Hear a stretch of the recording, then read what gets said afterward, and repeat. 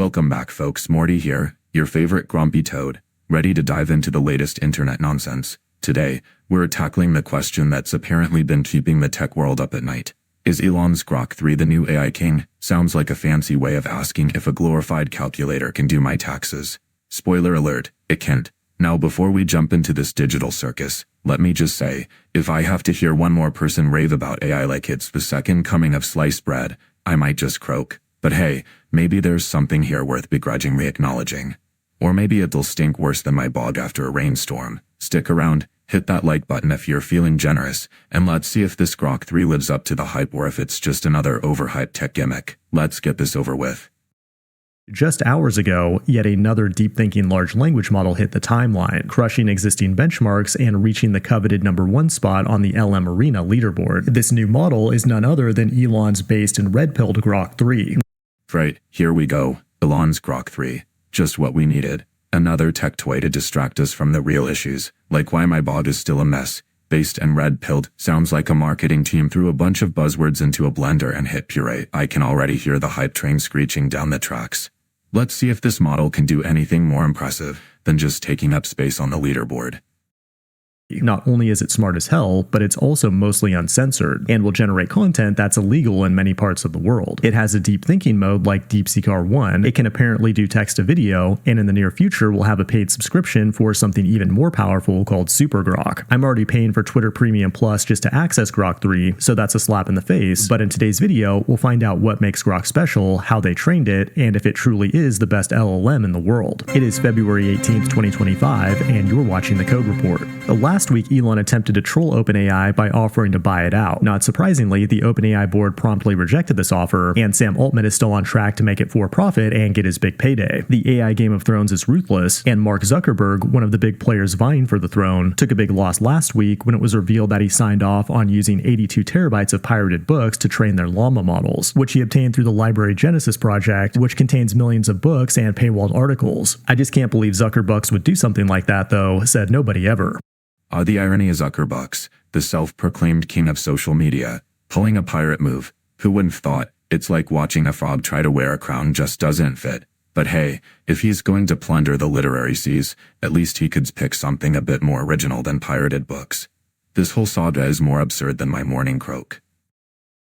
When it comes to training it here on YouTube, and if you posted something like this in a country that doesn't have the right to free speech, you could quite literally go to jail. Despite that, Grok 3 should be available in countries like Germany and the UK soon. That's a huge win if you're a professional internet troll. The professional internet troll, truly the unsung hero of the digital age. If Grok 3 is their new best friend, we might as well hand out participation trophies for chaos. This is like giving a kid a firecracker and telling them to have fun. I can already picture the mayhem. Just remember, folks, with great power comes great irresponsibility. Let's see how this plays out. But how good is Grok in reality? Well, currently it's sitting on top of LM Arena, which is basically a blind taste test where humans compare different LLMs side by side, and reaching the top means that it's pretty dang good. In addition, we have another benchmark showing Grok beating Gemini, Claude, DeepSeek, and GPT-4 when it comes to math, science, and coding. However, conveniently, it's missing OpenAI O3, and when you add that model in, it paints a much different picture. It's also missing the Code Forces and Arc AGI benchmarks, and benchmarks are almost always cherry-picked for obvious reasons. The only thing I care about is my own proprietary vibe check. The vibe check. Now that's a metric I can get behind. Forget all those fancy benchmarks. If it doesn't pass the vibe check, what's the point? It's like trying to impress me with a shiny new rock. If it doesn't fit in my bog, I'm not interested. Let's see if Grok can vibe with the best or if it's just another wannabe in the digital swamp.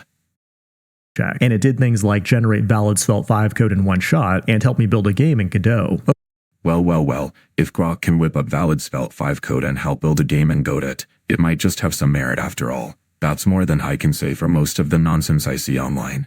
But let's not get too excited. I've seen plenty of tech that dazzles at first glance only to flop harder than a toad in a drought.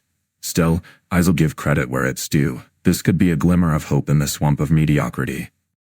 game in Godot. Overall, it did a great job and appears to be plateauing at the same level as all the other state-of-the-art models. Recently, the AI grift has shifted from creating bigger, better base models to creating better prompting frameworks like deep research and big brain mode. Another interesting detail about Grok, though, is that they provided details on how it was actually trained at the Colossus supercomputer in Memphis, Tennessee, which is currently believed to be the world's largest AI supercomputer. It contains a cluster of over 200,000 NVIDIA H100 GPUs, with plans to expand to 1 million GPUs. The facility uses so much electricity that they can't get it all from the grid and brought in a bunch of portable diesel generators just to power the thing.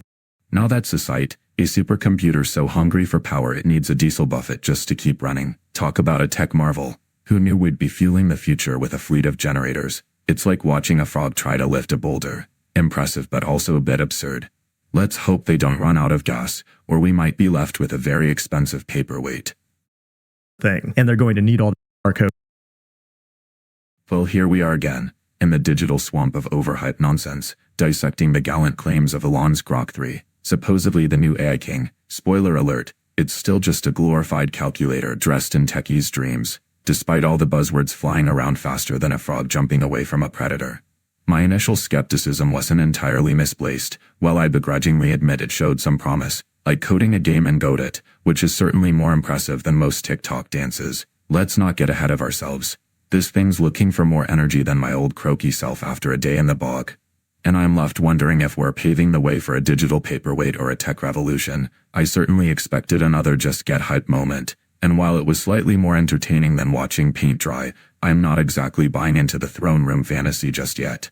In summary, if you're after an AI that appears ready to take over the world, but might need a diesel buffet to get there, Grok 3 could have its merits, but give it time, it could flop harder than a toad in a drought. So if you manage to stick around through the madness, and I commend your willpower, you know what to do. Hit that like button like it owes you money, and don't forget to subscribe to Toadally Unimpressed. Trust me, you don't want to miss what ridiculously next drives me out of my swamp, or don't, and just continue to let your brain rot in the digital mire.